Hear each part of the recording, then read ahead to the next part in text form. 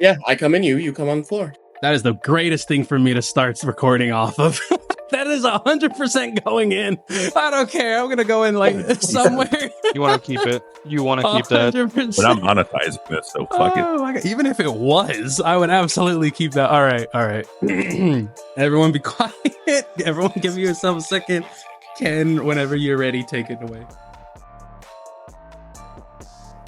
Welcome, everyone, to the After Show, a conglomeration of fellow LolCal Live members here to discuss things that are going on, things that are good, things that are bad, things that are indifferent. Anyways, we're here with the host of people, here to discuss the things that are going on in the world of LolCal. What better topic than get to start us off with the big C word on Boogie? Mr. ChillForce, I know you had a good opinion of it. What you think, sir? Oh, yeah. Well, I'm more on the side of we've kind of gone a little too hard on Boogie. I think he deserves a path to redemption, and I don't think that he's lied as much as people are making it out to be. I think he definitely lied about the portal, but we can get more into that. There is no... Red, what do you... I just want to inject into here real quick. There is zero possibility of saving him when it comes to the portal. None. Yeah. And multiple times. There is literally a clip of him going to Desi and going, look, it's right here, but I'm not showing them. Bro, it's raps. But anyways, Big Red, yeah. And she lied too. That's the worst part. How do you get some cinnamon flavor here? How do you? I'm sorry. That's the worst part. That's the worst part. You took a socially anxiety riddled 21-year-old has to be on drugs to function chick and forced her to lie for you as her 40. Here, be my shield. Yeah, it's very fucked. It's so wrong, bro. Anyways, yeah, just the web of lies. Just how they all have to stack onto each other. Like, who knows what else he's lied about in these past couple of years, like since then. Like, the real question is, what has he told the truth about? Yeah, and using having a bad cancer day is like one of your excuses for not wanting to do something on the show. That's right. How do you have but you can, that word isn't in your chart. Your polycythemia vera diagnosis isn't in your chart. Like, well, the other thing too is like, how do you have a bad cancer day when you have the Animal Crossing of cancers? How do you have a bad how do you have a bad cancer day? Like, that doesn't make sense. Like, I would understand a bad cancer day with that skin cancer he had. Like, I could understand that because skin cancer is painful. Definitely. I can imagine. Oh yeah. All right. I mean, in his defense, the whole the treatment may cause more issues than just the cancer in itself. I mean, he's gone on the record saying that polycythemia vera is not something that has immediate symptoms. It's more or less things that happen within the blood and stuff like that they have to treat. So maybe the treatment he means is a bad cancer day, but his treatment, I don't know what it could be that would be a bad cancer day. Right, but that's my thing. He hasn't spoken about like the ramifications of the medication he talks about. Like, he says, it makes me sleep, or I have pain, but he never gets into like what is in pain or why. Or see, here's the thing though. To my understanding, all the polycythemia, I can't say that shit. Just call it cancer. Fuck it. All right. Say cancer, yeah, FC, Foxtrot Charlie, there you go. The Foxtrot Charlie that I understand is, the definition he gave was there's increased red markers in the blood, that's it. So, in my own knowledge of certain things, if there's increased red markers in the blood, that's a telltale sign of cancer. Now, as far as what the actual cancer itself is, if it is there, there's no clear yes or no to that, and that's why they're doing the bone marrow shit, or that's why he's saying he's doing the bone marrow shit. Keen's trying to make him do it.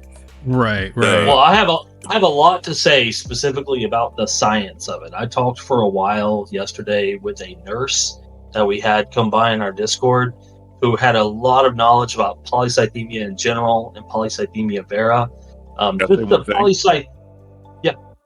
The biggest drawback for me with Boogie is you see these people that are like on YouTube having their last videos out because they know they're about to go in like a day or two.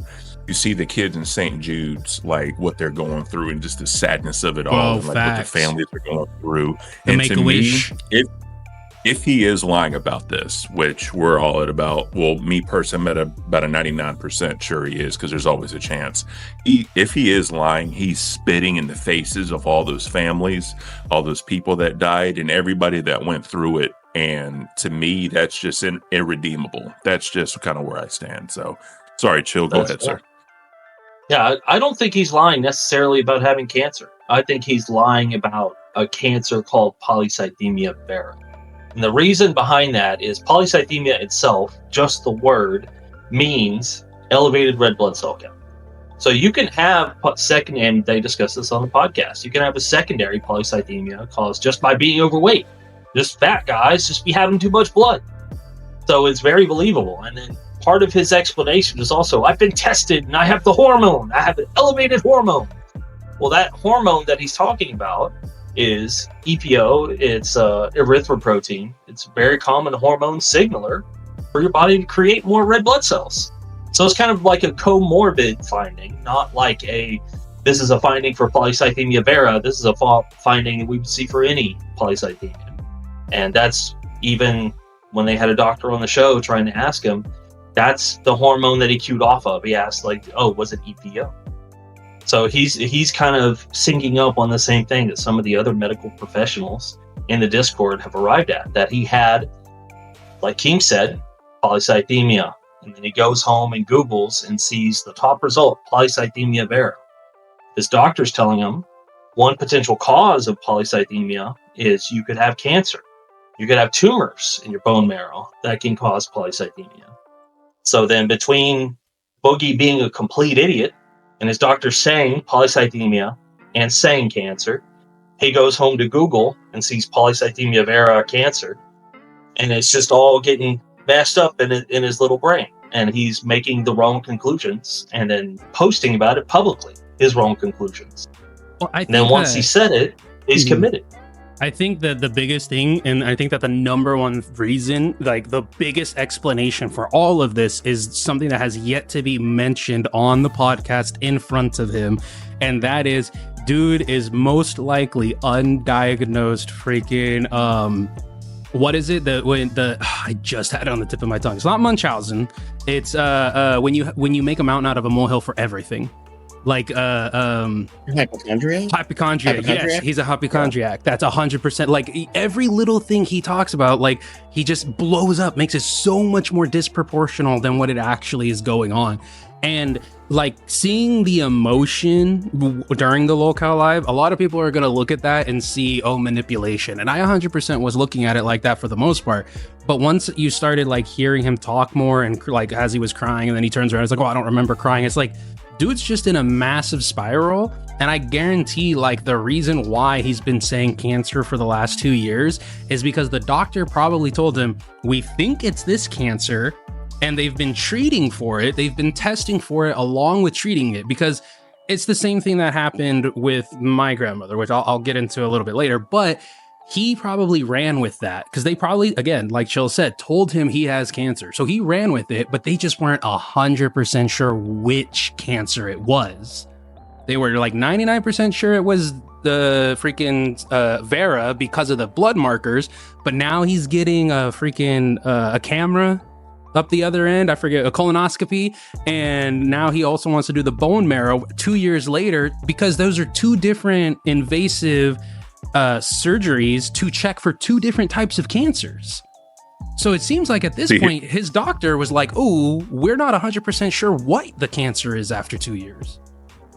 That's what it sounded like to me, right? It sounded like a doctor who may be a little bit older, who may have his own personal opinion.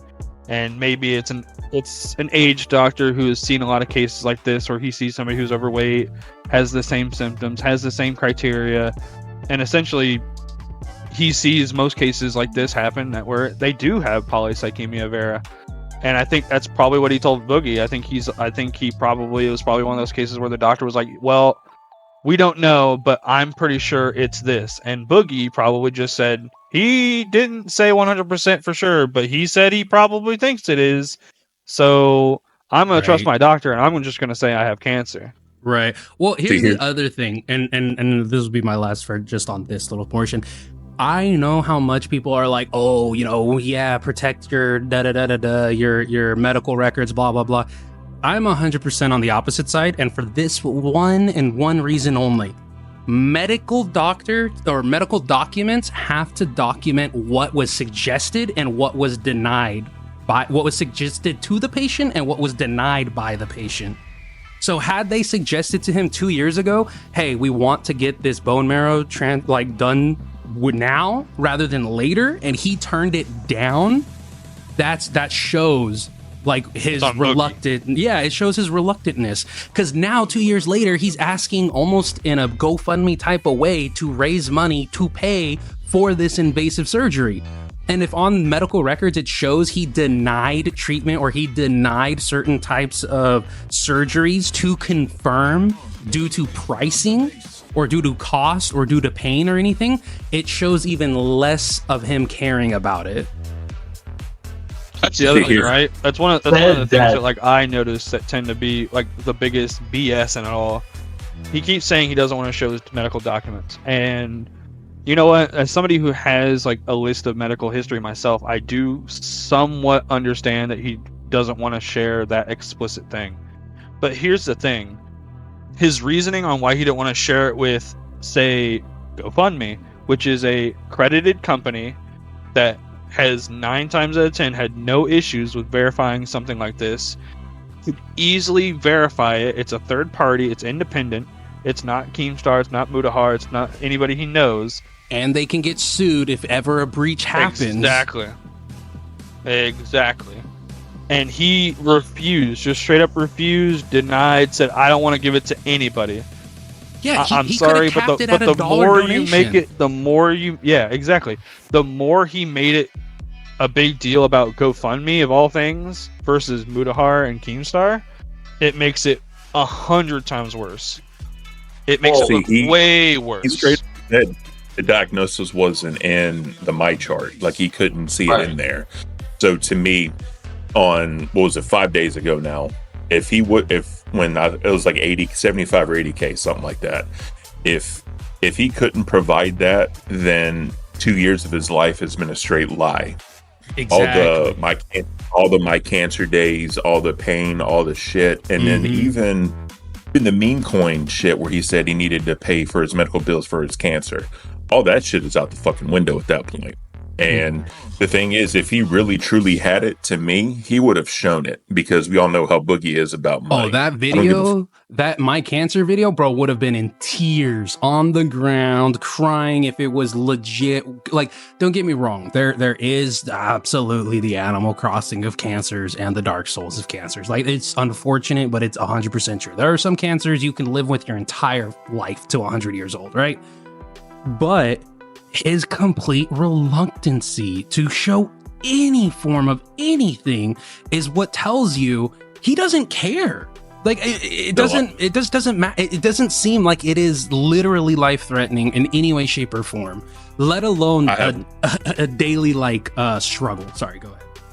Yeah, no, you're good. Chill. I got one more quick point. All I'm gonna say is, you saw what the commentary community did to him over not showing and just sitting on this horse or his hill that he's ready to die on. Imagine if he straight up admitted that all cancer was fake. They would have drugged that dude from pillar to post. And I find all it the hilarious. All the stories that were being told, all the commentators that literally, as soon as Locale Live ended, there was like 4 or 5 big commentators going live talking about it.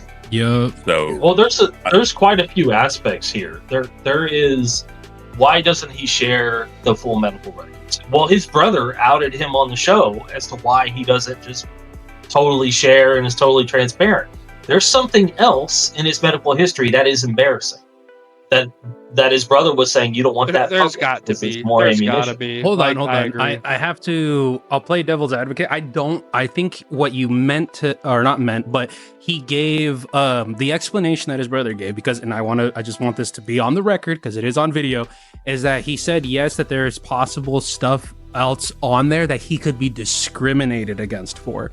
A lot of people. His word. a lot of people took that as him having an STD, but what most people don't know is that if he ever changes like his medical provider, if he leaks like his medical records, which have to be locked and sealed, he could be denied medical coverage due to pre-existing conditions not covered by their premiums. Right. So if he leaks it, like, and people try to utilize it against him, like, oh, this guy has this or this guy has that, like, don't, you know, I mean, hell, people attacked or swatted the CEO of that anime soda just because Wings is on the podcast. You think they wouldn't like go send his medical records to somebody else trying to like help him or make money or be like, why do you want, you know, this and the third? Or like, why would you sponsor this guy? Look at his medical record. He might be dead in 2 years. You know what I'm saying? Like, and I guess he's something right. else. Talking about why his doctor might not note cancer yet on his charts, but be talking about cancer, is maybe the elevated red blood cell count and the EPO is kind of showing the early signs, but he doesn't yet have the high white blood cell count that you would expect to see with cancer. So he has a possibly benign. That's why the doctor even would be okay with, well, let's just manage symptoms and look at things and see how things develop. Right. Because, like we've said, a lot of the stuff like a bone marrow biopsy, it is invasive. Mm-hmm. And painful. if you're not actively suffering and we can't see that you are metastasizing and things are happening like right now, let's cool it off. Let's take our time. Like, it's all about managing care. And part of that even is managing the mental health of the patient that you have. Because, you know, a lot of people, Boogie especially, if you know Boogie, even as a doctor, the doctor knows Boogie. He knows that he's going to shut down if he comes out and says, no, you have to do this. Like, you're going to do this. Like, he could lose him as a patient. So you do have to maintain kind of it's a delicate dance of professionalism and being like a companion in his health. Yeah, anytime you start talking about cancer, I mean, look at what Boogie did. As soon as his destiny was done, what did he immediately do? Oh, I'm going to kill myself. He didn't say it. Yeah. He didn't say it, but he said it. He said it so many times throughout that 4-hour podcast. And so, like, that's the immediate reaction for a lot of people who get faced with it. But obviously, you look at Medicare is like, bro, I'm out ski. There is no saving it. There's no, like, I have an expiration date and I'm trying to make the best of it. Boogie is like, yeah, I'm going to expire in 40 years, but he's making a mountain out of a molehill. Like, that's the thing. That's the issue that a lot of people have. Is like, you can't go around not having an aggressive issue, but pretending like you do. Here's the other thing, too. Obesity usually will take his life before cancer does. Yeah. See, here's the thing, though. When he's done that shit in the past, people like laid off and backed up because it was simply hard. Yep. So I think he was trying to pull that. Now, I've never been in that state of mind, and I hate if people do get in that state of mind. It's sad. It should never be there, but it's a fact of life. People get in that state of mind. They do things, and it's just fucked up and sad, right? But I just know in the past, he's pulled that shit, wanting sympathy, wanting people to back off. And when Keem had the fucking gauntlet of people just coming in and then fucking a Medicare with the chef's kiss on top of the pile, someone who actually is a cancer patient and clearly dying of cancer, that just kind of set it over the edge for Boogie. And I think the wellness check was a good thing. I'm glad they did that. 100%. Yeah. But at the same time, Boogie is a clear definition of Peter and the Wolf, clearly. And it's like, you know, it's like, I lied about all these things. Y'all have caught me in all these lies, but I'm telling the truth about this. How can we just straight up believe you? You know, at this point, that's kind of where I'm at. Well, let's pull the panel. Obviously, this isn't a very like fun topic. Anyone here have a cancer diagnosis in the family? Just so we know, like, what the weight of the panel is. Yeah, grandmother, grandfather, extended family. Like, it's pretty prevalent. I mean, I think everybody has at least somebody in their life that has had something. Yeah. I've had one aunt with it. I think that's That's as far as I know. But I mean, you know, I've had family friends with it, obviously. Right. I think whole family, including this is kind of a funny story about cancer. My family got into this weird fad in the 80s where they would go out and suntan with Crisco. So they cover themselves in essentially cooking oil. Still happens. Oh, yeah. today. Yeah. So guess what? Every single person's skin cancer. Every one of them. Because of course you got skin cancer. Right. I guess you can call her my first love from high school. She actually got throat cancer at 19. Survived it, took her appointments. She had to go through chemo, the whole 9 yards. Mhm. And then literally a year later, she died of a brain aneurysm. Totally unrelated. Right. But yeah, I've been through that with a loved one. And my great grandmother found a lump in her breast at like 91 years old, and I had to take her, and they took it out, and it was cancerous, but she found it super early to where they didn't have to do the whole invasive, all the treatments, because at her age she was not literally 91, right hand to God. They would have been like, listen, just ride this out. Right. Yeah, you're at the 91 years age. old, just Yeah. Ride or die, homie. Ride or die. That's You're it. gonna hit the big 3 digits before this takes you out. Like, yeah. That's why she was like, no, I want you to remove it. And they said, okay. Like, are you? And she paid for it, you know. And luckily, she lived to be 101 years old. God rest her soul. But Hell yeah, brother. Good for See, her. I had almost a similar situation. Only my grandmother's 30 years younger than that, not my great grandmother. But so I think it was like either the tail end of 23 or the start of 24. Doctors, my mother had there was some transitional part going through with my grandmother as far as legality for not point of authority. This isn't a Linkin Park song. What is it? Power of attorney. Power of attorney. Power Yes, of sir. attorney. Chill, my man has everything on lock. Dang. So power of attorney, right? But my mother had noticed that some like stuff was going wrong with my grandmother. That she just wasn't acting herself. So they went to the doctor, end up finding a tumor in her esophagus, and they were able to find it due to the fact that there was blood in her stool because it was leaking blood into her body, which was causing there to be obviously an influx of red blood cells causing more problems inside. Because a lot of people don't know, it's good to have a high count of both white and red, but when you have more than what your body needs, it ends up killing your body. Like, it attacks your own body. So basically the doctors told us, we're not biopsying this because if it gets punctured, its location, if it is malignant, she's probably dying on the table. Like, just where it is, it's a direct shot into your bloodstream. That's just how it goes, right? So they were like, what we're going to do is we want to keep in the back of our mind, this could be cancer, but we want to treat it like it's benign. And the reason for it is that's the only way to determine if it is malignant or if it's benign. If it responds to benign treatment, it is benign. If it doesn't respond to benign treatment, it's malignant, right? So either, for people who don't know, benign means non-cancerous, malignant means cancerous. So they started treating it with non-cancerous medication. It took a couple of weeks, had to run some more tests. There was nothing. It didn't shrink, it didn't grow, it stayed about the same size. So obviously you can't label it as cancerous or non-cancerous. So a couple more weeks go by, we're multiple months into this by now, right? And it starts shrinking. So that's how we learned it was benign, it wasn't cancerous. And I think that's what was going on with Boogie's doctor, is they were like, we have these high markers, and we think it's cancer, but we need to exclude sleep apnea. We need to exclude your weight. We need to exclude all your other medical problems first. And from what Boogie says, if we can believe anything of him, it'll probably be his long list of health problems, right?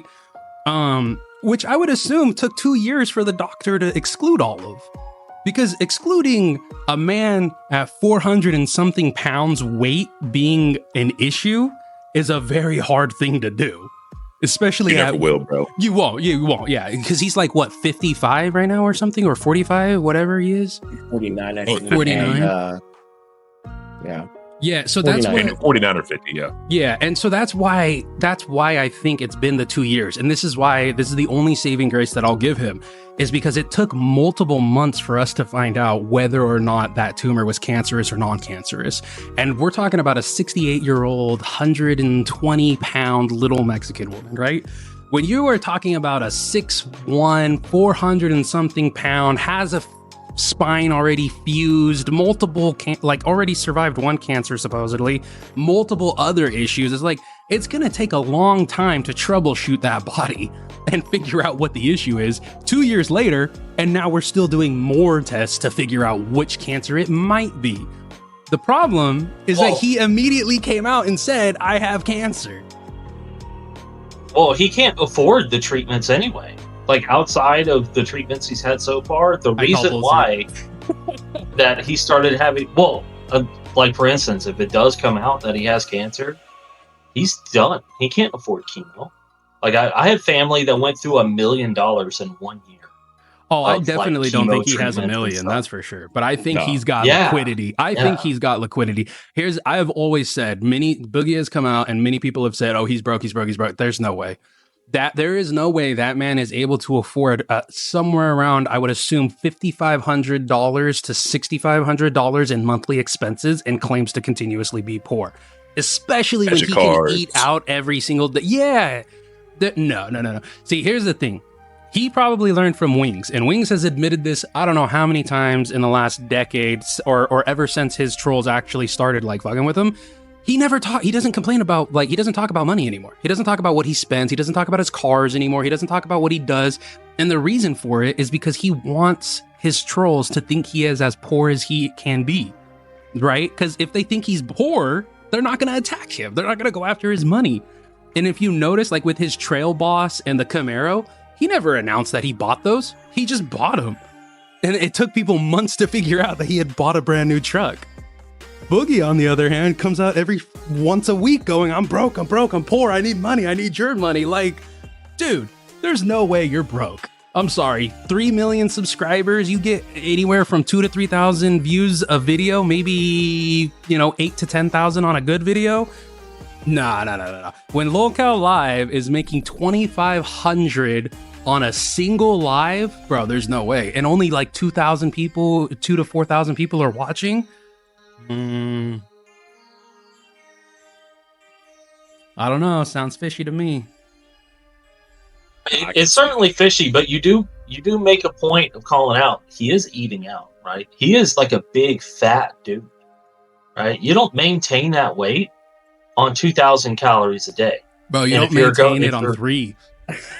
Yeah, and if you're ordering DoorDash 3 times a day, 4 times a day. Yup. And if you're not just doing it for you buy for your friends. Yup. And if he's not paying for premium service, he's paying delivery fees plus service fees. Well, see, here's the thing, though. He's a very stagnant person. He's very fucking stagnant. So, I mean, every calorie he eats is probably, I'm not going to say every calorie. I'd probably say 70% of the calories he eats does not get burned. I mean, the human body needs so much to sustain itself. I think that since he is stagnant, that's why there is none. And then that Ozempic bullshit he was, I don't know if he's still on it or whatever. Zembound. Yeah, whatever. Yeah. Side effects are fucked. I don't know if y'all looked into this, because I did a little bit. People said they gained more of the weight back when they quit. Well, it's the same as a starvation diet. You're not putting in the mental fortitude or the work to keep the weight off. A pill that allows you to eat 4 cheeseburgers a week, and then once you no longer are on the pill, you still have the weakness of eating 4 cheeseburgers a week. You didn't change your mentality. You didn't change your thought process. You didn't change yourself. You just took a magic pill because you could afford it. And now you don't have the mental fortitude to tell yourself, don't eat those 4 cheeseburgers a week. Although in Boogie's case, it's 4 cheeseburgers a setting, but still. Yeah. Well, he was never going to have that mental fortitude in the first place. No. Right? The Zembound's his best chance of even rebounding to be even 50 pounds down from where he started. Right. The thing is, though, I figured having Desi in his life, a young, active woman, would help him. But the thing is, he's literally turned into a father to her. And that's where shit gets weird. And he's keeping her medicated. He's keeping her well medicated so that she's not going to step up and tell him, like, hey, me, let's go for a walk. Let's go outside. No, and that's the crazy thing about it, too, is you might, like, you can't call it grooming, obviously, at her age, but that could very easily come out, too. Like, you know how Tommy was saying, or no, was it Tom? No, Wings had said something along the lines of, Boogie, you know we can find this out. All it's going to take is for Desi to get a couple drinks in her and tell the wrong person, right? He said something along those lines. He said that, all we got to do is get her drunk and she'll spill it. But imagine it coming out that Desi is like, yeah, he just kept on just like, I don't know. Eventually I found myself in a fog and never was able to get out of it because he just kept on buying me weed. He just kept giving me weed, like right? And we don't know if that's all she's taking. She could be taking muscle relaxers. She could be taking sleeping pills to relax. She could be on antidepressants. And if you mix antidepressants with like weed, like certain strains, certain powerful strains, especially with edibles where it's not regulated, like you could have you could have a very bad trip. And that's the whole reason why when you saw her on LolCal Live, like basically rocking back and forth, like just trying to get out words, it's like, dude, she looks like a captive in her own body. And when you pair that with somebody who is as needy as Boogie, anytime that guy sees her possibly maybe even considering going somewhere else, I guarantee you he love bombs her or does something, right? And that's the problem. 10 years or 10, 12, 5, 10, 2 to 3 years from now, Desi doing a tell-all, we never know what might come out. Yeah, if she does it, because his like ex didn't really, right? Like she came out with I think one video that was talking about the abuse. And how Boogie is extremely like defensive. I mean, just remember when that one dude even remotely mentioned the fact that he might possibly reach out to her. Boogie went off. Yeah, well, I was not gonna try to name drop, but I'll name drop Corb's big chin. I don't give a shit. But yeah, no, he even just slightly suggested that. Yeah, but there's a difference though. There's a difference with that. Corpse was legitimately trolling for the most part. He also brought up basically insinuating that freaking Boogie allowed his wife to get raped. Like, so there was more to that prior to it. But here's the thing though, is I don't see his wife being as submissive as Desi. Because you have to remember, she's almost what, Boogie's age? An established woman who was practically taking care of him their entire marriage. She has her 10 toes down, you know, my favorite saying, she 10 toes down, I guarantee you. Desi, on the other hand, is some 21-year-old, know nothing, didn't, barely graduated high school type of deal, never had a job, never lived her own life, never anything. She doesn't know how to fight for herself. Very obviously. She doesn't know how to live, bro. Right. She doesn't know how to live. If she learns how to, power dynamic. Right. If she learns how to and escape, and I don't want to say escapes his clutches, right? I don't want to say it like that. But if she learns how to provide for herself and puts distance between the two of them, they say distance makes the heart grow fonder, but it'll also show you some shit you didn't see too. That's fair. I think it's really a matter of time. Sorry, Ken. Go ahead. I think it's only a matter of time. Either she leaves because a few years pass, she realizes this just isn't for me anymore, or he's dead, right? In like a year or two because of his size and health. Like, there's not that many guys his size that even make it to 50 in the first place, right? So we'll find out eventually. Like, if she stays online, which she had some limited social media presence prior to him, I think that's probably how they met. Right. She already found a dude on Snapchat. I forgot his name, and was fucking talking to him. Oh, that was hilarious. Not the Ralpha male. What was it? You know who I'm talking about. Yeah, I know. Ralph was the Ralpha male was with Wings. I forget this one. Yeah, the guy who was like. Who basically tried saying, oh yeah, I was sympathy or trauma bonding with her, and then it comes out that he was legitimately like crying about his life and shit. Yeah, because I think his wife is like has cancer, or she has something to where she's debilitated and she can't function as a woman. We'll leave it at that. Mm-hmm. And like they had that agreement where they like bring other women into it. Right. And then he was trying to get Desi to go to Vegas or whatever, and he said he'll give her all the weed and blah blah blah. And I'm like, yeah.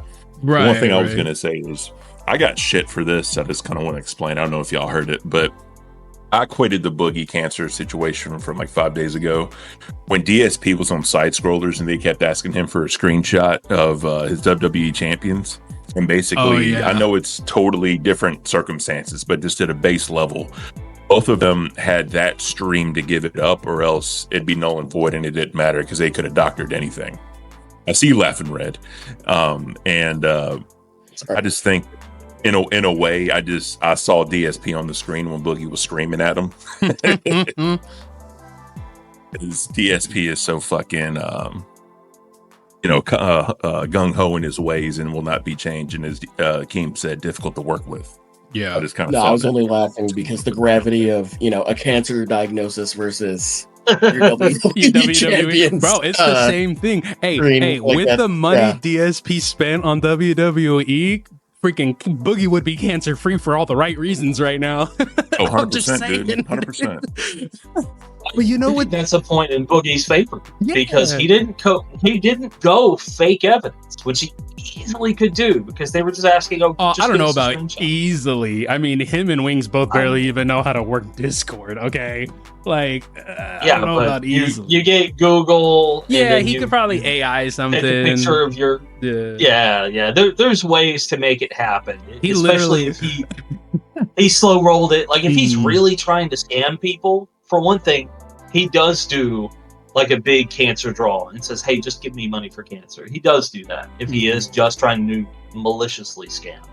And he does take the money for proving his cancer too and just fabricates the evidence if he really does just want money and just want to scam his fans. So it's clear there's other motivations. And the motivations are like attention, part of it is actual belief. He does believe that he has cancer. I believe that he believes it. Yeah, he wants the empathy. He wants it to be a shield against attacks, right? Because he doesn't want people to keep coming after him. Well, yeah, like he's ready. I'm happy Muda took the money away. I was just gonna make that point. Oh, dude, there's no way you can. There's no way you can. After 4 days off the 4 days off that's what I'm saying internet, there's no way, bro. And that's exactly what I was saying during the last live, is that Boogie finally did some research. Like he legitimately finally did some research. Unfortunately, it was only into Destiny and not how to defend himself properly.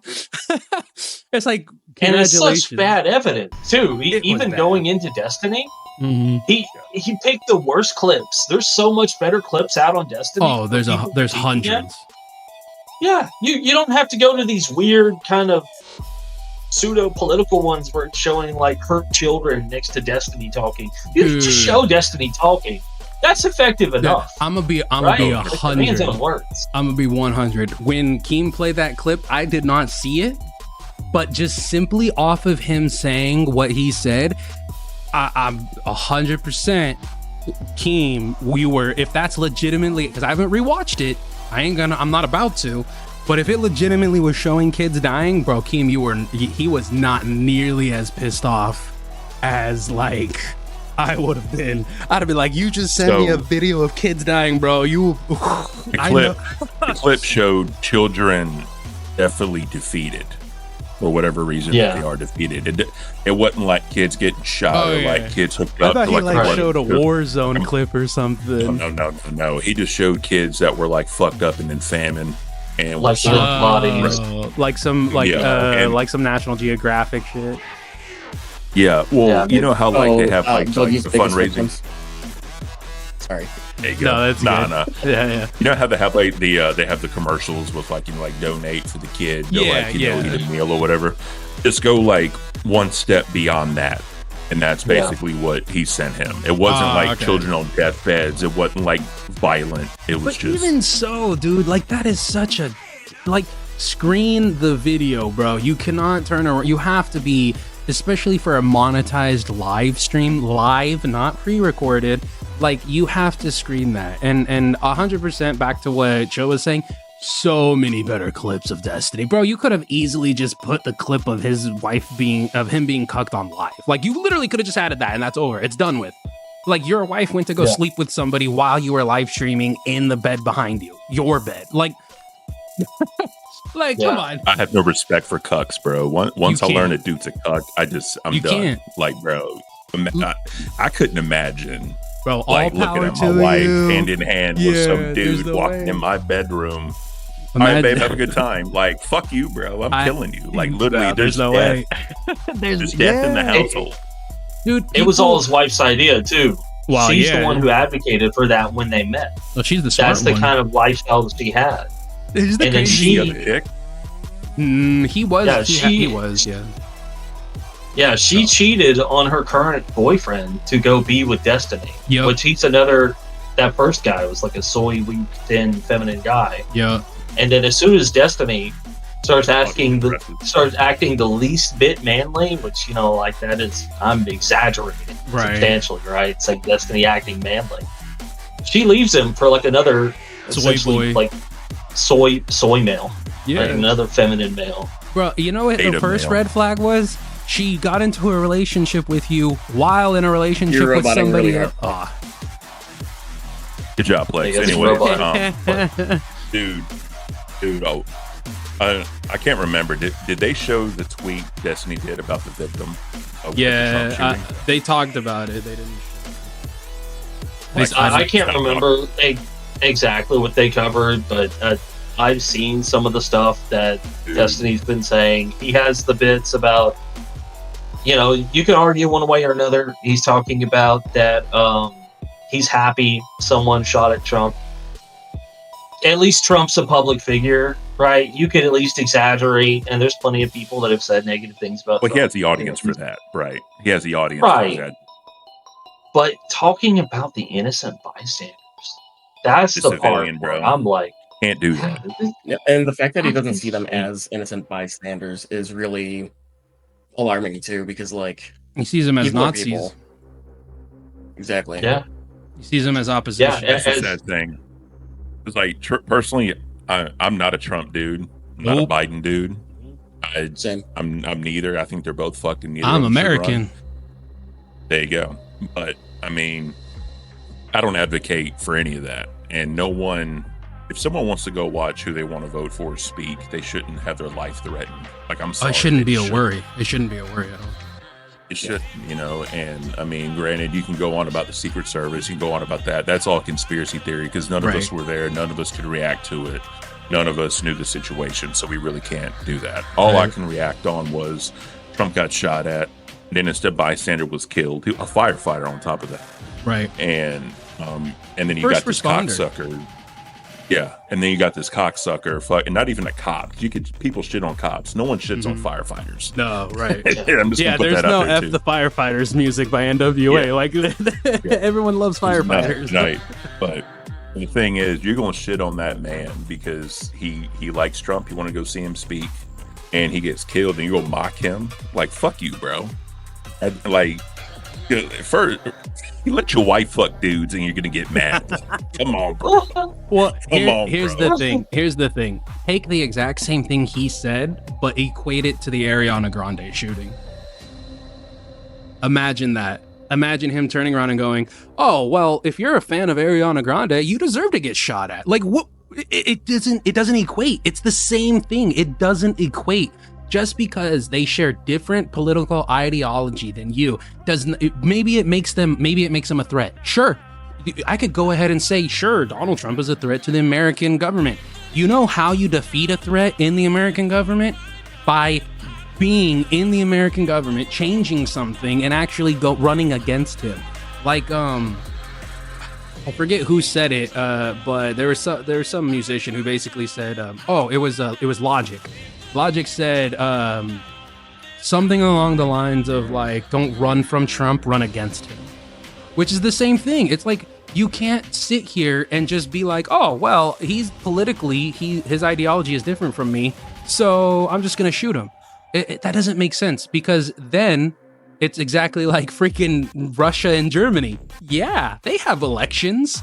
It's just everyone dies but Putin. That's just how it goes. Who knows? You know, like, sure, there's democracy over there. Putin's just been in office because everyone just accidentally dies. Like,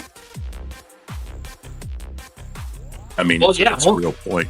And the thing, America does not need to become that. We're supposed to be better. We're supposed to be democratic, not Democrat. Sorry, supposed to be a democratic country where Democratic we vote Republic, who we want. Yeah, and then whoever gets the most votes and all A lot of that is needs what to it be is. done. Now, all right, we could argue electoral college all day long, but that's not going to solve anything. But yeah, no, we're supposed to be a democratic republic. There it is. And, vote for who we want for, have, public office and all that shit. And if we start becoming, countries where we assassinate political rivals, then what the fuck are we doing? Why did I serve in the military? Why did you serve, Flex? Like, why are we doing that? yeah, we're gonna end up like Africa, where they get their first black president after like decades and decades of white presidents. Can you believe that, dude? Africa's first black president in the 20th century. Like, that is insanity. Oh my god. God, I can't. I just fucking can't. But Big Red, what do you as somebody, so I know myself and Ken have served. We've shotguns, we've done a lot of shit. And Chill, Big Red, and Zeph, do any of you, we'll start with Chill, do any of you guys have experience with guns, shooting, anything of that? Chill? Oh yeah, I've had a lot of experience, even firing very similar weapons to what the shooter was using. I can even kind of understand how he missed based on the trajectory. That's exactly because I'm right-handed, so I missed the exact same way. All my shots kind of pulled to the left too.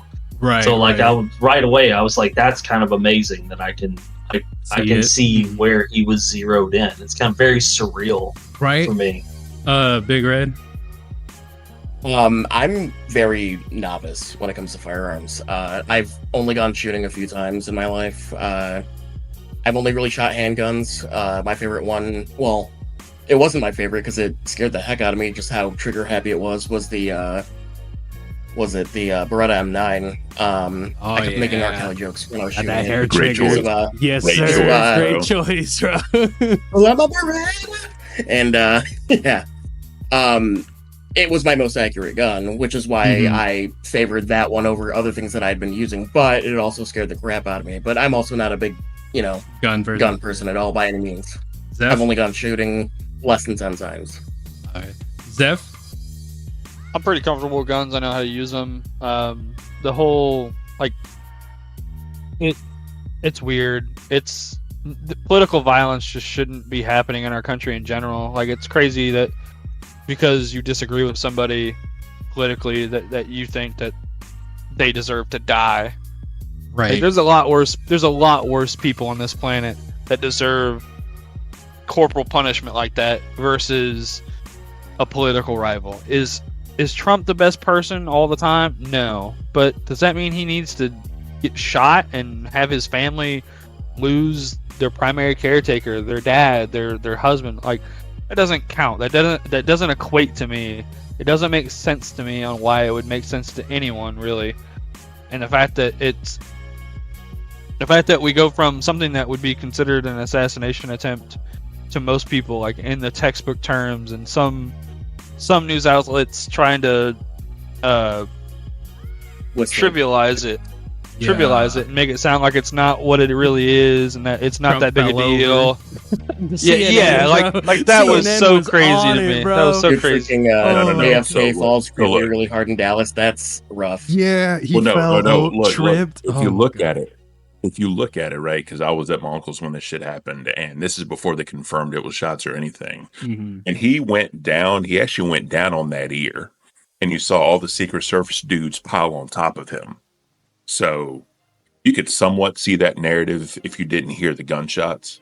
I'll give them that. But But at the end of the day, big sounds heard. popping stuff. But no, but there was legitimate news articles that got deleted that said like, "Oh, Trump escorted off a stage after tripping." Like it's like, are you, bro? Yeah, that's fun. Listen. Stop being a boogie. Stop hitting the internet before you have all the information. And that's another thing. The boogie word has now gone from the N word to cancer. I don't care what anyone says, okay? The boogie word is now cancer because that man has been using cancer for 2 years. It is now the boogie word, okay? Anyways, so this is the reason why I was... Go for it, Chill. I think by the point where you start advocating for violence or thinking violence is a solution to your political problems, that's just proof you're wrong. Like, exactly. And talking about your side, like any of your arguments, whatever you think, you're wrong at that point. Because if you had the right idea, you could argue for it. You could convince people of it. You're so wrong, you have to go shooting instead. The only time I 100% backbone on violence for political means is when it comes to rebel fighting. Legitimate rebel fighting. We're talking Civil War. We're talking apartheid. We're talking legitimately fighting against slavery, fighting against oppression. This whole reason for the Second Amendment is to go against and for the people of America to take up arms against the government, not against each other. Expensive tea. Yes, exactly. And so the reason why I was asking about everyone's experience is because, Ken, I know we talked about this a little tiny bit, but when I saw the video and they started flooding in and I'm looking at this and I'm reading all these different things, I'm like, I don't know what anyone's talking about. That boy had he not turned his head, that boy hit his mark.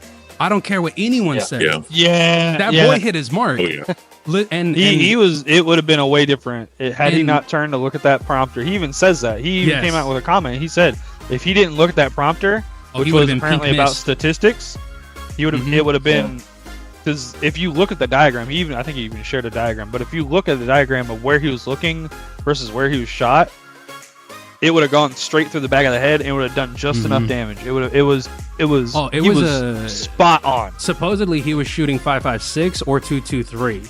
So if he's shooting 5.56, bro, it's pink mist all day, every day. And that was the other thing. That was the other thing that I wanted to add to what you were saying earlier, Zeph, about like the family and all that. We're not even talking about, like, people are just simply talking about him being assassinated. They're not even adding the fact that live TV, assassination, not like somebody broke into his house and shot him. Now, I keep the exact same energy I have against Destiny as I do against Trump when Trump made a joke and made light of somebody attempting to assault Nancy Pelosi's husband. When they broke into her house and like beat him over the head with a wrench, I keep the same energy because Trump made a joke about that and like made light of it. And it's like, bro, everything 360s eventually, man. You made a joke about that and here it comes. Boom, boom, boom. And now you got Destiny. Yep. And now you got Destiny legitimately advocating for assassination of somebody whom politically you disagree with. Guess what, Destiny? You are politically disagreed with by people who own guns. And as a super hardcore liberal, if you employ people to protect you who have guns, you lose your liberal credibility. You can't own guns. Destiny can't own guns. Imagine if his audience finds out he owns guns. It's like Hassan. Yeah, it's like Hassan when he when his fan came up to him and asked him to stop drinking Coca-Cola on stream. It's the exact same thing. Imagine people finding out. Go for it. Destiny's very pro-gun. He's got like a shotgun on his streaming setup, basically, like hanging on the wall behind him. How can you be liberal and be with, bro? See, that's the thing that I'm saying, though, is like he's advocating for stuff that he doesn't even stand by. On one hand, pro-gun is good. But on the other hand, how can you be so anti-Republican or anti-state or anti-this or anti-that or talk about gun laws or any of that nature, but also be pro for it? It's the same thing saying, I'm a political person, but I don't want you to attack me for my views, and I don't feel I should be shot for them. But this person should be. Now, if Destiny came out... I think it's all fake. Oh, he's very... Yeah. His performance is just like Boogie. He just says whatever is going to get him the most clicks, and obviously controversy is going to get him the most clicks. That's why he's coming out and being so crazy and just yelling over people. Like, he knows how to properly debate. He knows how to have a proper conversation. And he knows that if instead he comes out just yelling and screaming like a lunatic, it's going to bring clicks and views to him. And sure enough, it's working, even though people are hate watching. Like, that's the whole idea behind Lolcow Live, is there's so many hate watchers and crazy people and lolcows. Let's just monetize them. And he's just actively doing that among his own group. Right. And he has lost some supporters, but his regular viewers who know the grip, who know what he does, who donate to him, they'll continue to support him. They know the game he's playing. So to bring it back to my original why I was asking everybody about their shooting and everything, Ken, back me up here. Does it not kind of feel illegal to talk about how accurate the dude was and like talk about the distance and how easy it would be to hit that shot? Like, it feels illegal to talk about the dynamics of a presidential assassination and being like, yeah, I could have hit that shot. Almost anybody with just some regular training could hit that shot with a rifle. 150 yards, bro, that ain't shit. That's nothing for a rifle. And this is the thing. This is the reason why so many shots rang out. That boy, guarantee you, had his temple on the crosshair. And when he moved his head and he shot, you got that initial pop and followed by multiple pops right after because of the panic shooting. And that's why it started drifting further to the left and hit people behind him rather than people in front of him. Because I guarantee, did the full breath out, pulled the trigger, and apparently, as much as he may hate them, Mexicans saved Trump's life.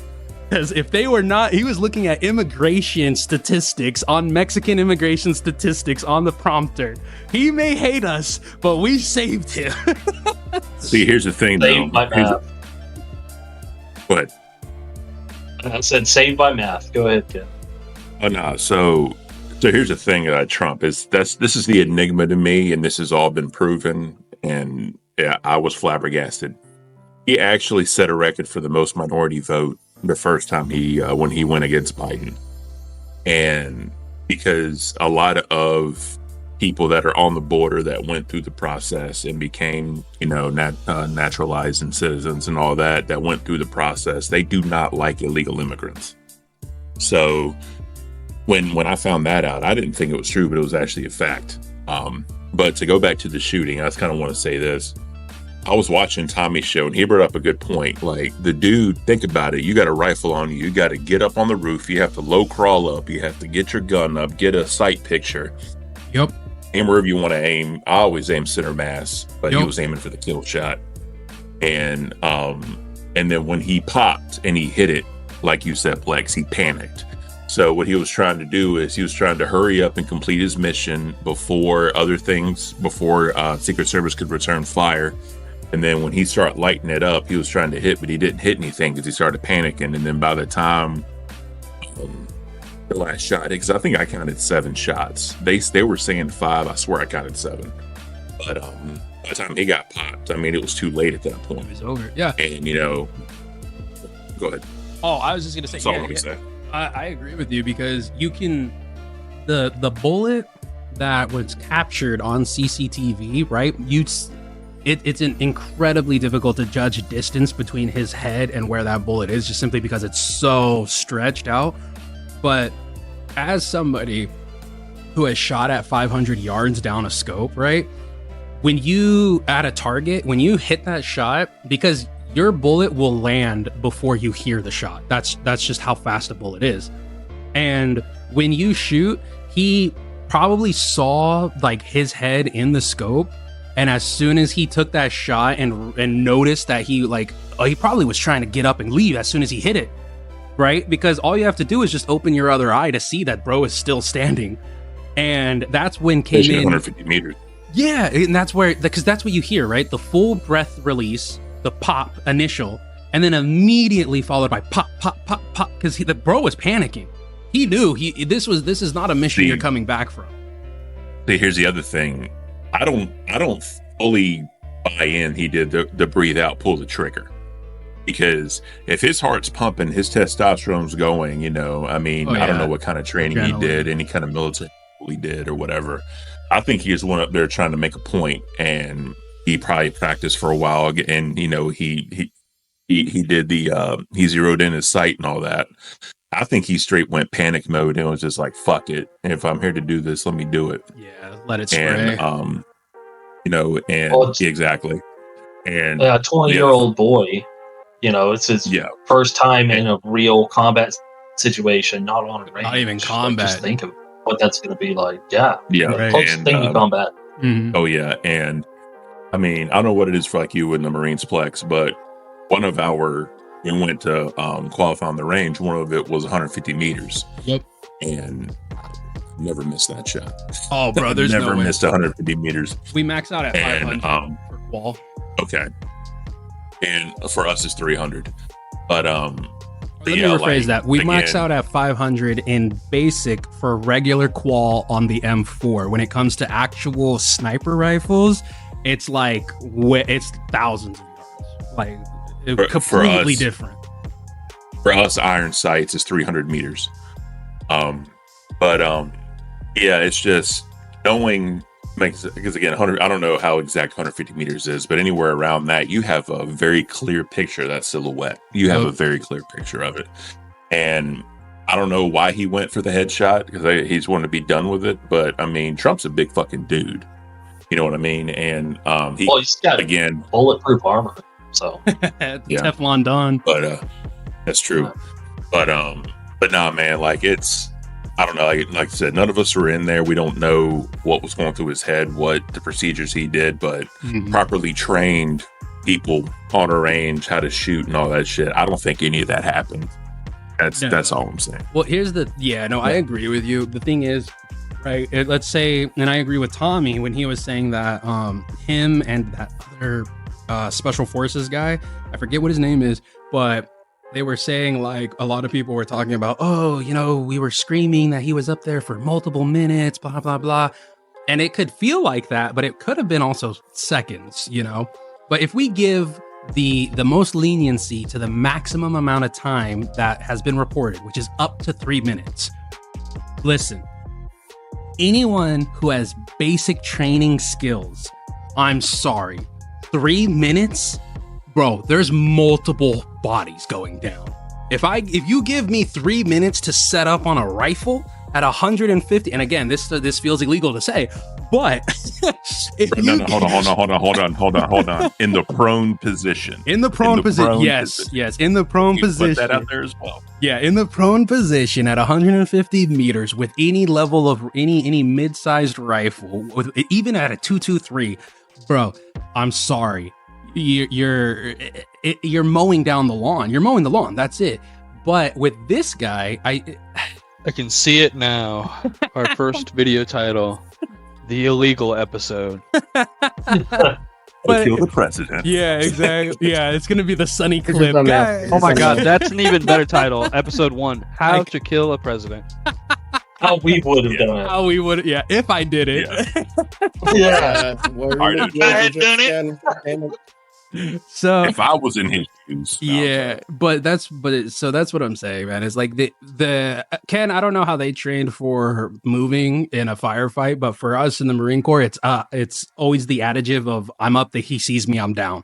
That is the speed in which you have to get up, move forward, and get down. I'm up, he sees me, I'm down. Right. That's all the time you have. It was for us, it was 3 to 5 second rushes. Right, which is practically the same thing there. I'm up, he sees me, I'm down. I'm up, he sees me. So my issue is when I think about it and I see the footage where obviously he's on top of the roof and then clearly there is a counter sniper. There's a separate video of there is a counter sniper. And it looks like they're already looking at him. It doesn't look like he had to turn his attention very quickly. But the fact that there was apparently he had scoped in long enough to take a shot like that, but had not notified anybody until shots rang out. There's something just doesn't compute with me, especially with supposedly how tight-knit and how communicative the Secret Service are supposed to be. The fact that there wasn't descriptions of saying, hey, we have a male with a rifle on a roof 150 meters out. He is not safe. We are not safe. Like, just that clear, just the fact that there was no change in the atmosphere until all of a sudden shots were rang out.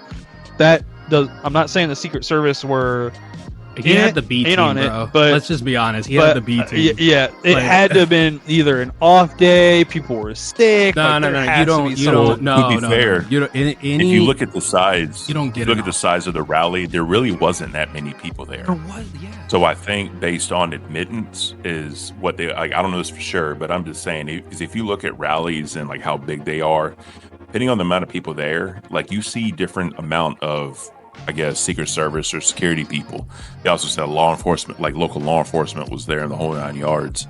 But it's actually just real quick. When I saw that one dude with the night vision, the truck, I'm like, really, bro? Like, my uncle was like, yeah, he got the Proud Boys out there pulling security. I'm like, come on, bro. So Well, the White House has been stingy with security because they denied Trump's request for additional security. That's why he had a mix of local, some off-duty border patrol, and then Secret Service.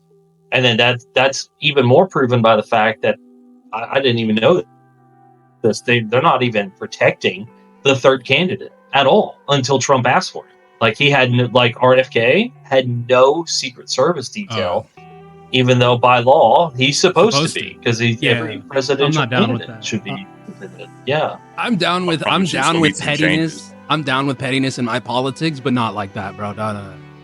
Yeah. Full There's gonna be some detail. changes to policies, I promise you. Oh, now, at this point. Well, I don't know about you, Ken. Again, I refer to you as my fellow veteran. But so for me in the military, as motor transportation, I have certifications up to being able to transport nuclear material. So when it comes to that, one of the things that they teach you when any sort of war, anything at all in the military, this is something I was always taught. If it is a 1% chance, it must be taken as 100% possible. So 100%. if somebody, and I know Tommy was talking about this, how like, they probably get reports all the time about suspicious I don't care. You are the Secret Service. I don't like Trump. This is their job. Yeah, That is their job. it is to literally- to look into that stuff. Exactly. So when I have freaking overseers or riflemen, right? If I have people who are on the damn roof, scoped in, and somebody tells you there is a suspicious person on a rooftop, everyone's gun should be pointed at that person. I don't like Trump, but I am American, and that's exact. And military experience, that is how it's supposed to go. to me, it's the same level of culpability, guilt, and should be punishment, regardless of if we're talking about crazy conspiracy theory, like which some people have said that someone conspired to let it happen, that maybe Trump staged it, or just total ineptitude. I feel like it should be the same punishment all the way around. Like for one, Everybody on that service director- that day, everybody on service that day should probably just be kicked them to the streets, because like B team or not, like even if it wasn't like your top tier dudes, they're like you said, if there is a 1% chance of there being a threat, as soon as mysterious figure en route was said or uttered or even mentioned or known about, everybody's, like you said, all guns should have been pointed at that one dude. And Trump was off stage. It shouldn't have been a complicated issue, but instead somehow it got complicated. I'd love to know the comms. I want to know the comms between We never how will, long bro. they knew. No, we won't. We never will. Like Only the Like only I think the so, White like House I think will. I think ChillForce, I think you said 40 seconds earlier was how long he had seen that before things had happened. I would love to know the comms between 40, like immediate like acquisition of target to that 40 seconds, because it's either going to be a lot of silence or it's going to be a lot of chatter of nothing. So if you ever want a legitimate breakdown as to not a legitimate, I can't say legitimate because it is a movie. If you want a good look, and I love the movie for this, but it is way too damn long. If you want a good look as to how this is probably being handled right now, the movie Vantage Point, perfect example. I don't know if you guys have seen it, but basically what it is it's a politician who is speaking at a rally and then a bomb goes off. And the movie is perspectives from every single angle of every single character. Just basically rerunning through it until you get to the end of the movie that gives a complete picture as to how the bomb got placed, how it got exploded, who was the reason, et cetera, the planting. All of that, I guarantee you, is going on right now. Like, they are looking at every single camera. They probably seized every phone that is there. I guarantee you, every person who was there has been interviewed up the ass. Like, it is a great breakdown as to what's going on with the Secret Service right now, or at least with that part of our country or our government. But they certainly that's the should only question. Yeah, what did Boogie do? Boogie memes are hilarious, bro. Yeah, all the people saying Boogie did it. Yeah, dude, that was the craziest thing. The shot finally came down, bro. But it's the truth, though. It's the truth. Like, think about YouTube. Not even YouTube. Scandal. I need a different scandal. Yeah, think about the world, though. Think about the world. Literally, we had Dr. Disrespect. A week later, we had Boogie Fatty Coin. A couple days later, we had Boogie Fakes Cancer. The next, 5 days later, someone tries to kill the former president. It's like after every single controversy in 2024, somebody goes, "Hold my beer, I got this." Like, it just keeps escalating. Oh, yeah. I'm done with it, bro. There's been so much. 2024 needs to be over, bro. It's just, it's so crazy. It's wild. There's way too much going on. We're halfway there, but so real quick, the Tenacious D thing, I'm not too caught up with that. Could someone explain it to me? Sure. Why don't Big Red or Zeph do it? Because y'all have been talking the least. If you guys are up on. Okay, I don't know if you some cinnamon in my mouth. Come on, Red, talk to me, baby. So I don't know if you know either of you know the full story. I only heard about it a few minutes before we all started talking. I guess Tenacious D is on tour, right? And it was Kyle Gass who said it's my birthday or something. No, it was Kyle's birthday either this week or or last night, and somebody asked him, someone in the crowd I believe asked him what he wanted for his birthday. Right, and he said something along the lines of, "Oh, for the next shooter to not miss," something like that, right? Yeah, he said, "Don't miss next time" or something. Jesus. On live stage. Yeah, people got to pick their battles, especially with how divisive just the politics are. I can't believe, and I don't blame Jack Black at all for, distancing himself and canceling the rest of the tour. That's, he's supposed to be a family-friendly actor, like you said a while ago. He did all those Kung Fu Panda movies, School of Rock. I'll forgive him for the cable guy, but whatever. Well,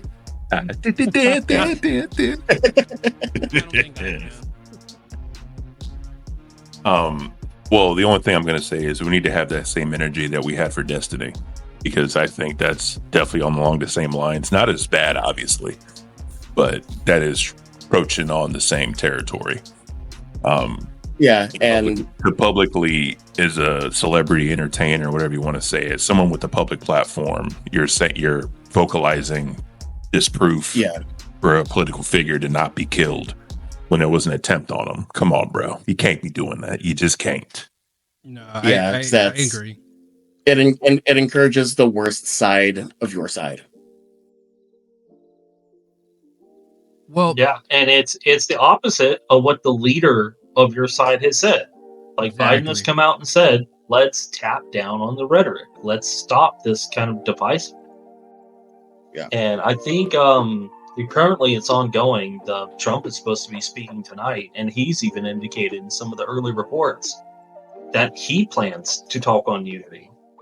So, this is a great opportunity to kind of turn a terrible tragedy and an awful thing into a cause for peace and unity. And let's get back to, there was a clip that was circling that was comparing the Trump-Biden debate with the Romney-Obama debate.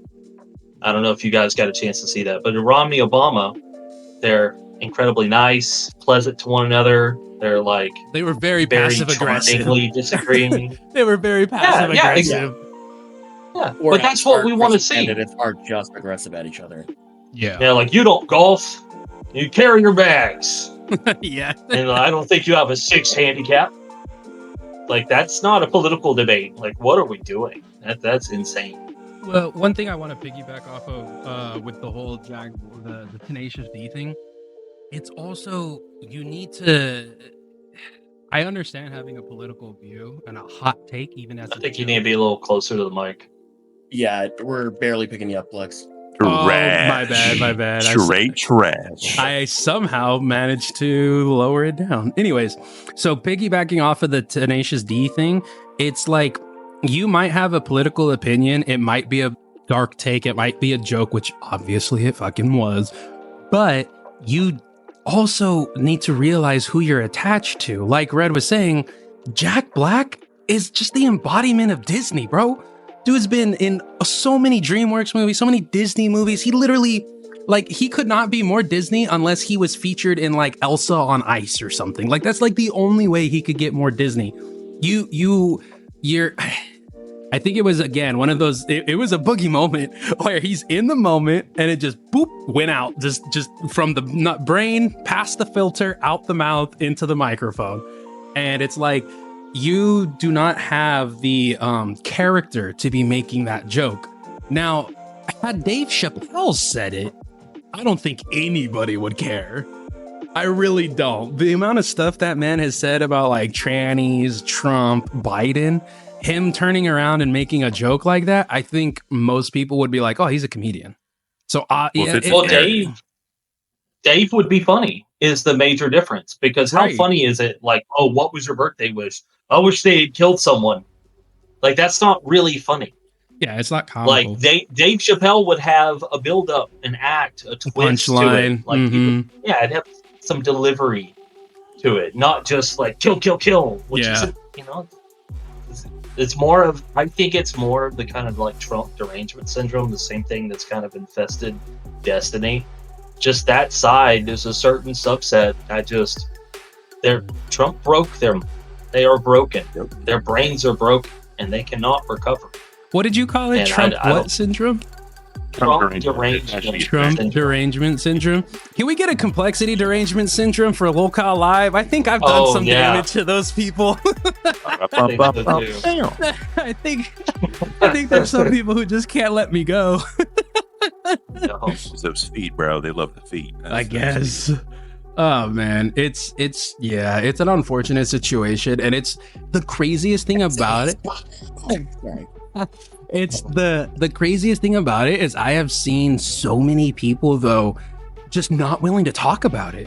Not in the sense of like, oh, we hate Trump, so we're not going to talk about it, but more in the sense of, what can I say that isn't like divisive, right? Because if it's one of those things, it's like the elephant in the room. Because like at work today and yesterday, nobody brought it up. Nobody said anything. And like, don't get me wrong, it's work, bro. It's work. Yeah. Well, you say that, but I can definitely go into some spiel of some conversations I've had at work. But when you're like hanging out with like your normal person or your friend or whatever, I still feel like it's the elephant in the room where someone's like, I don't want to bring it up if you're not going to bring it up, because politics is so divisive. It's kind of like learning that some people will piss with the toilet seat up even if they're a guy. Like, sit down and do that. It's just like, what the heck? Like, that's just what? That doesn't make any sense. Well, it's impossible to bring up in polite company, because the right side is you shouldn't shoot people, and the left side is we hope someone else gets the job to go and do it again. So it's impossible to have a like polite conversation, because you know people are going to break down like that. Like that's the possible division that you could experience. It's just so polarizing. Go for it. Why do men have to stand at urinals when sitting down is far more comfortable? That's a good question. You know, I don't know why. I mean, you know what? I like my get that. It was an office joke. I don't know if you remember that one. When the Women's Appreciation Day, and then Michael Scott had like the Man's Appreciation Day, and they were all clapping. Oh, right. Yeah. I remember that.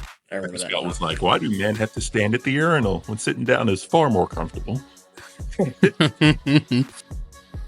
Yeah, I think the biggest issue with a lot of commentary channels is that there's this huge freaking wave, and I'm not gonna say Destiny created it, because he very much didn't, but it feels like in the last 2 years there's been this massive debate brain rot on YouTube. Because if you look at Yeah. I'm gonna say real quick on that. We're in an election year, and commentators have a lot of fans, right? We'll say the big ones are in the millions of fans, right? So if they talk about what happened, they come across a certain way, they may piss off part of that base, and they may rile up the other part of that base. A lot of people don't want politics in their content, and if you talk about what happened, 9 times out of 10 it's going to become political because of the comment section. So I think a lot of people are kind of avoiding that in a way. Maybe like that at work as well. I don't know, because again, you said y'all had some conversations, but I wasn't there for that. But I know, like where I used to work at, people really didn't talk about politics because, you know, there was a lot of ultra hard lefts at work. And me, I'm an independent. I tell everyone, economically, I'm conservative, and socially, I'm liberal. So if you find that candidate, I'll vote for him. But basically, Well, that's the thing. Funny part. That's the thing nowadays. Like one of the things you said, like it used to be where your work, you would never talk about politics, but nowadays it's so hard to not talk about it. Yeah. It's almost it's like almost always what's immediately in the news. The biggest thing that the current candidate or the current seat or head or whatever the fuck president, it's almost always what they're doing. I mean, media is so honed in on that because it gets reactions. People hear like Robert Kennedy Jr. did this, Trump did that, Biden did this, and it's like they want to know because it makes them go. Yeah, it's like it's yeah. I was raised like my mother and my uncles. They had they were raised of the two things you don't talk with people is religion and politics. Yeah, that's the two things you don't talk about with people because that'll divide you quicker than anything in the world. And that's how I was brought up. I don't unless I'm there for that specific purpose. I don't really talk about it because I don't like talking it because you get into logic versus emotion, and you can't argue the two. You can't argue emotion with logic. Yeah, one side gets more emotional than the other side, and we'll leave it at that. You're not wrong. So back to COVID, people are wearing their politics on their face. Oh yeah. Right? Yeah. So even at work, it's very apparent, like who's who. Like maybe not in the first 6 months to a year, but after that, you figure out everyone's political affiliation right there. Well, not even just politics. I'm gonna just put this out there real quick, just because of what Ken was saying.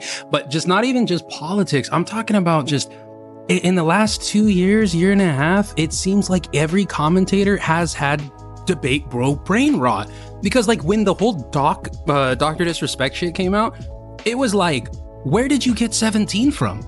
I haven't seen a single document that said the girl was 17. And then you have Sneeko on freaking Rumble going, oh, well, if she was 17 and 11 months with 59 minutes, it's like, where did you get that from?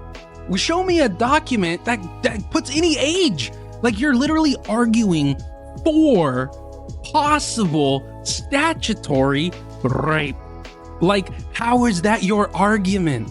This dude is literally doing he did everything he possibly could to be like, you know what? I'm trying to give you a high five, but I can't do it publicly. You know what I'm saying, bro? Like, how do you argue for underage sex? It just doesn't compute. There is none. Dude. If you're a fan of the Doctor, you better find a way. That's you gotta stay a fan. So, That's apparently, yeah. Hopefully that's one doctor that Boogie won't listen to, okay? that's one doctor we don't want Boogie taking after.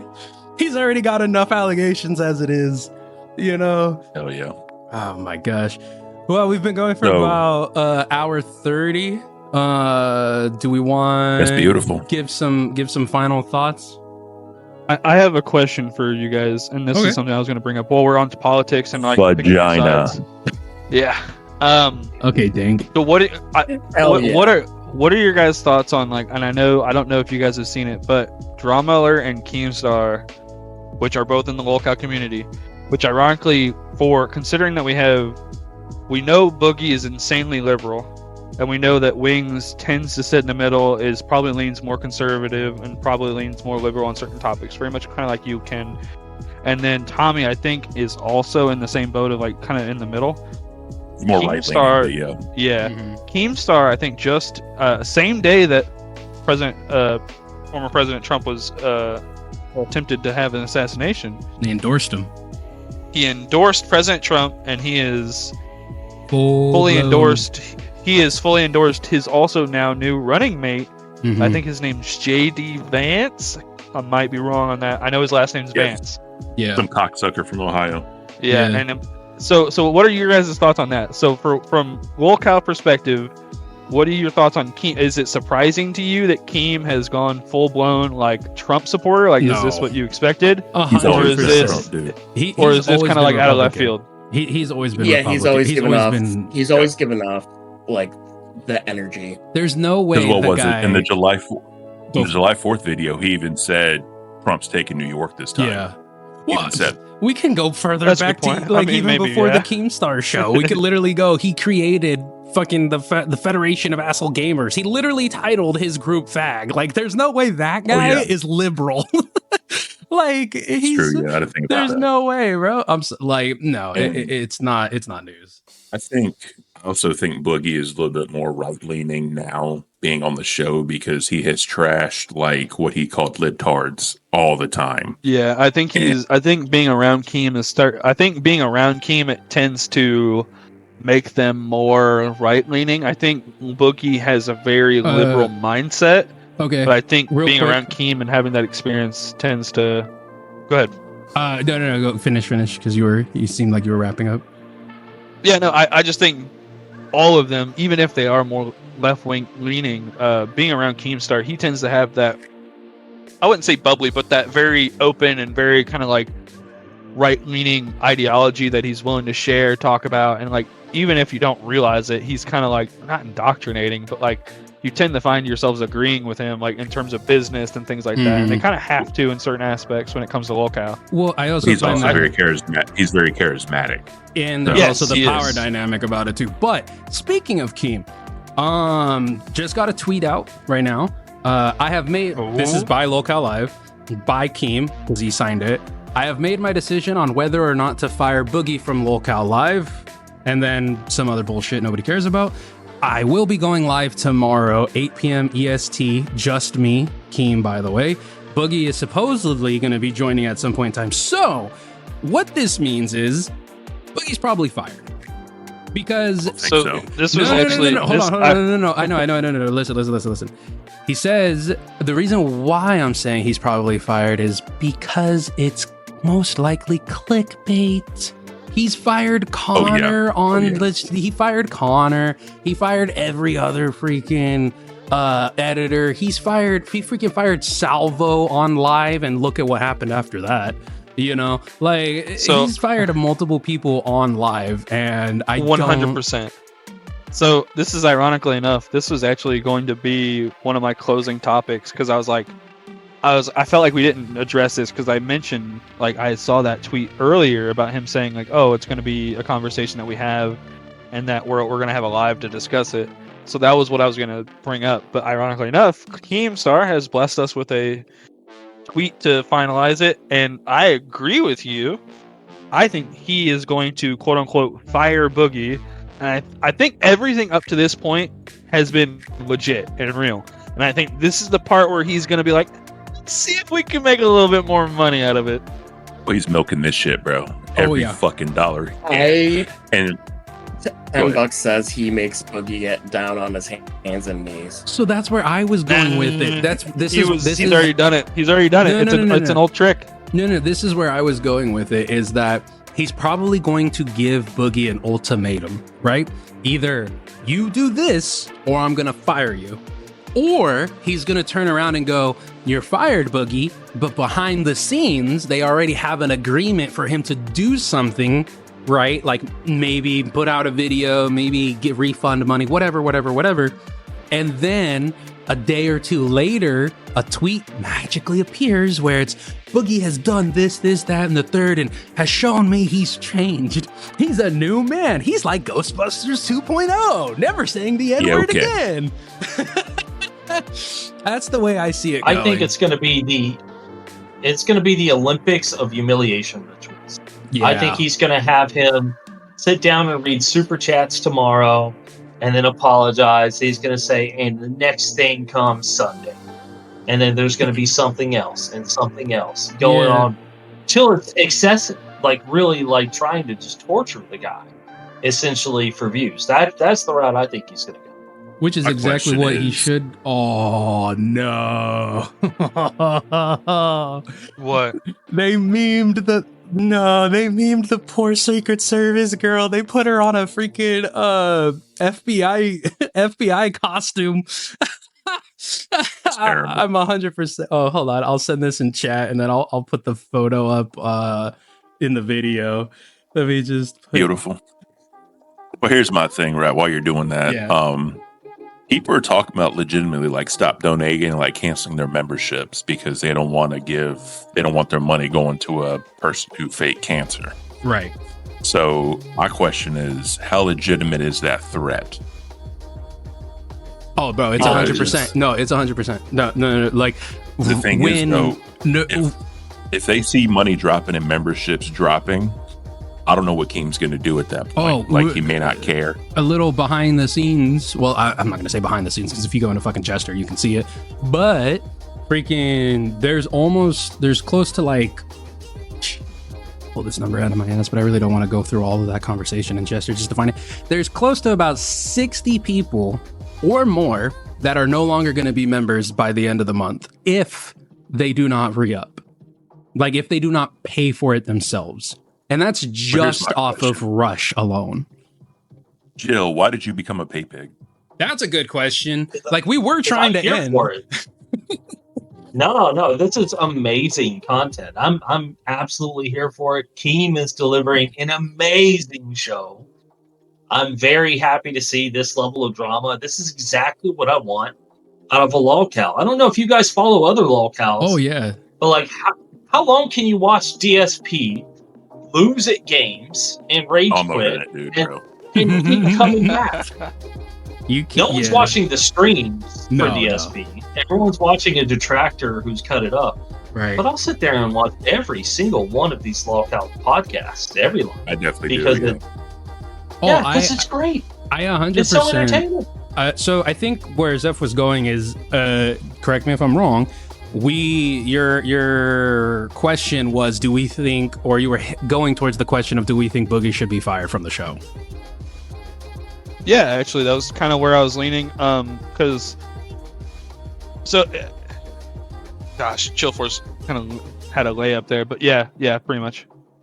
No. All right. He may have. He's 100% correct in what he is saying. The thing is, people who have suffered from cancer don't give a shit. That's just the bottom line. It's not about that. I agree that Lolcal Live is very much entertaining. It's extremely entertaining, but the problem is it's a shit fest. And up to this point, up to about a week ago, there was a content drought. Yup. Like no other. Yup. So the fact that we're coming out swinging with all this big news and stuff, it's great because, one, it gives me a lot of shit to watch. Two, it gives me hope for the future. Yep. But also, three, I'm like, okay, when's the next content draft? And that's what I was thinking about when I canceled my membership. But that's literally what it was. Literally, hold on. Literally, did you cancel or did you go down to a cash cow? I canceled my PayPig membership, but I have until, I forget what day. I think it's the 17th of this month, at which point I'll re-up to cash cow. Tomorrow. So as of right now, just based off of everything we have on the table, Keemstar is going to host probably this last live, even though he keeps saying he's quit and he says he's going to help bridge the gap. But like, he keeps saying all these things, but he's not actually doing it. So I'm not entirely sure. So we're going to take Keem at his word here. He's quit the show. He is no longer going to be on the lives. Tommy is going to be gone for 2 weeks. And based off of what we're seeing on the tweet, Boogie is probably fired. So that leaves us with Wings. And then at most, Wings and Keem for after this drama blows over. Mm-hmm. Or if they can somehow milk it for the next 2 weeks while Tommy's gone. So if this next live stream is the last live stream before, this may be the next live stream, the last live stream before Another drought. we get anything. Yeah, Anything because Tommy's about to be gone for 2 weeks. Mm-hmm. I think he leaves tomorrow. He does. Yeah. So no, Thursday. He leaves Thursday. Thursday is his last day. Thursday. He mentioned it in the chat today. I think a better punishment for Boogie would be making him live stream more in their absences and make it be entertaining for members. Oh yeah. Like no, he that, should. that would be a good punishment. Like you are going to go live every other day for the next 2 weeks to make up for Tommy being gone. And by the time he comes back, you're going to be so sick of live streaming that you don't even want to come on this show anymore. Yeah, but the thing Tommy is, said, Go for it, Chill. Tommy was saying, there's no way for Boogie to make this up. Like, even if they whipped out like a giant guillotine, right? No, there's no way he's ever going to make it up. He's always going to be the guy who gets looked at as he faked cancer. That's Well, what Keith I see said. that as a challenge. He's already sowed his grave. He's already dug it. He's already looked at it. He's already possibly laying in it. Like there is. and Desi's filling You it can't. up. Yeah. Now, and that's the thing. Now he is taking a little tiny shovel as he lays there with his fat ass, and he's taking the dirt on the side of the grave. He's just scooping it little by little. A little grab his shovel, E-tool. bro. You need a backhoe for The that. E-tool, bro. You need a The True. So Okay. So let's torture him Better mental picture. here. We got Desi out there, just like slowly, just fucking. High as fuck. Yeah, she had to learn how to drive a bobcat to bury her boyfriend. Here's my final thoughts, and I'm gonna leave it at this, man. Personally, I ain't got nothing for him. I think that he did fake this 100%. 99%, because there's always a possibility. I think that the stream like 5 days ago sealed his fate with a lot of people, and I think that Keem is trying to milk this because there was such a drought of content and that IRL was trash. And literally from the trash IRL content, we come into Keem quitting and then Destiny. So I'm not saying it was staged. I'm just saying that it was all kind of set up inadvertently for There was. them to make all this money. Well, With they how made fast he all had- this fucking with how fast he had Destiny on the ready, it seemed. it was it confirmed. Tommy confirmed it. Like not all of it. I'm saying just the content change from IRL to where we're at now. Oh yeah. I think it inadvertently became something they didn't anticipate, and Team is seeing all these fucking dollar signs to make up for the drought of content because they've more than made their money up. And I think that if people legitimately start leaving and you have Lord Rush not even donating anymore, like I think Chad Man is the top donator right now. And Well, see, that's what I was gonna bring up too. But yeah, go for it. And so personally, am I going to quit my membership? I mean, that's why I dropped down to a cash cow from a pay pig. One, because of the lack of content, because I just didn't think it was worth $100 a month. And then two, with the whole Boogie thing doing this shit now, like I'm not like, if he gets $2.50 out before taxes and YouTube fees, fine, right? Rather the other three get it as well because they deserve it. But I don't see Boogie coming back from this. And I don't think there's anything he can do to redeem himself in people's eyes. And if he comes out and makes a video saying, yeah, I faked it all, I don't think it's going to fix it. I don't think there's any fixing this at this point. So that's where I stand. So I think with way Ken's word that, I think we should just kind of wrap up and give our closing thoughts. So I think we should just kind of rotate around. Yeah. We're going on almost 2 hours. Yeah. Right, Complexity. Your final thoughts. Go for Chill first. Oh, you're that now. Perfect. All right, timing. Robot. Yeah. Chill, go. Chill, go. Yep, chill. I think there's a path to redemption, and it's through torture and humiliation. And I want to see 2 years of on this pod. Well, it's good that you guys went with Chill because that's literally The who walk I was of shame. saying. That's literally who I was like, go Walk to Chill, of go shame. to Chill, go to Oh, Chill. okay, Right now is going to be the perfect part where you put the Game of Thrones clip of Cersei walking down, like the walk of shame. Like that is the perfect clip. Yeah. Like this is what, like, put like a short black screen. This is exactly what Complexity and ChillForce want, and it's just a clip of Cersei getting pushed in the bell of shame. Shame. That'd be a perfect clip. Big Red. Red.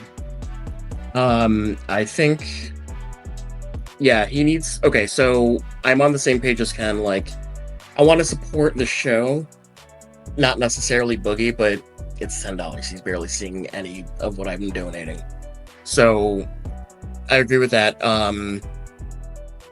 One of the punishments I do want to see is I want Keem to encourage people to send like. Actually, no, I know that sounds really bad. Even by my standards. I know I want him to have people super chat like, you know, really sad cancer stories. And Boogie is the one that reads the super chats after every No, not a super chat. They should have to. They could like at the story, or they can DM him the stories. Tweet it. And yeah, because super chats is him making money. Not true. No. Just do like a tweet, know, like at Locale Live. If you leave it to just everybody to do it for free, if you leave it to everybody to do it for free, then yeah. Then Boogie doesn't want to even do it even more because he hates doing things for free. Yeah, but that's the punishment. And on top of that, like exactly. Yeah, true. Actually, yeah. You know what? Complexity's right on that one. He should literally. That's the thing, Open right? Boogie's DMs and have everybody send their stories, and Boogie's got to tell as many of them as he can at the end of each live. Yeah, and no, that's the punishment right there. Making him work and getting no money. That's the punishment. Your microphone sucks. It's not the microphone, it's the internet. Dickhead. It's the internet. Is this the Complexity bot from Gunnar C&I? Oh my god. No, because I can actually say the N-word. Unlike the bot. Oh my god, it is!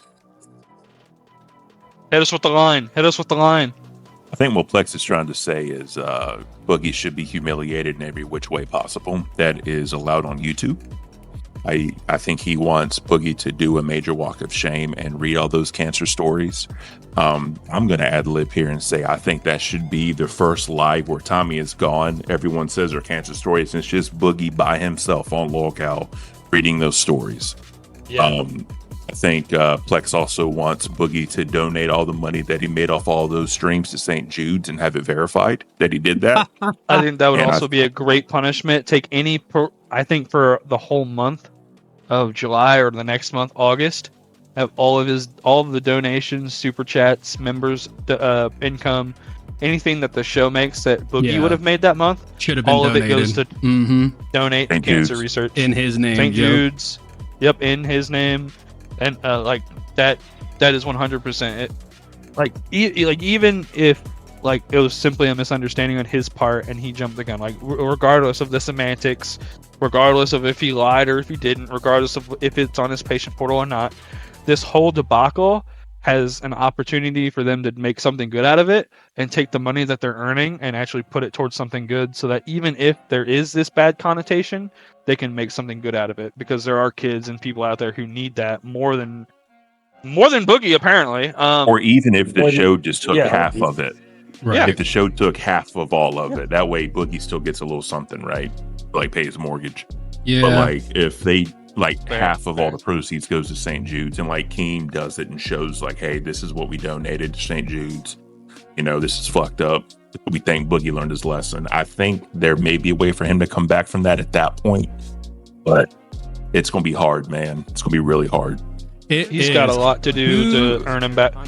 I get what you're saying. Ken, do you have an outro for us? Because we are at like an hour 45 and I'm the one who's editing all of this. So well, we thank you for listening to the first episode of the After Show. You heard all of our opinions on what's going on. Hopefully we can make this a good thing, keep it going, talk about the great Locale content that we're all reluctantly paying for, that Boogie gets a part of, but that's neither here nor there. Any feedback you have, please leave it in the comments. Hopefully you continue watching. We're going to hopefully rotate people in and out to give their opinions as well. It won't always be the same faces, because we want this to be a community thing. We want everybody involved. We want people to give their opinions. If they can't get it out on the live show, they can get it out here. And, you know, hopefully there can be some big plans in the future for this show. So we think. I have something to add. at the very end. This is very important to the outro. Listen. Let me finish. Listen, listener. Hold on. Listen, listener. If you like this, and you want it in a live setting where you can in the chat give us topics to recommend, subscribe. Get us up to 50 subscribers. Like the stream or like the video. Share the channel. We can do lives doing the same exact thing, but live where you can have your own input too. Apparently, I need a PR for you guys, because what you should have said is, if you would like to become a part of the community we're building here, go ahead and subscribe, and we can bring you on as a guest. Not if you want to go ahead and just give us topics at any point in time. Listen. Have you ever heard of defend in public and then chastise in private? We're not married. You should be. I've seen your shadow. I won't be satisfied. It's gonna be more than my shadow, baby. These fuckers. I just want to thank Chill, Big Cinnamon Red here, Zeph and Plex for joining me on this adventure on the first episode. Yes, sir. That's it. Till next time, people. For sure. Till next time, guys.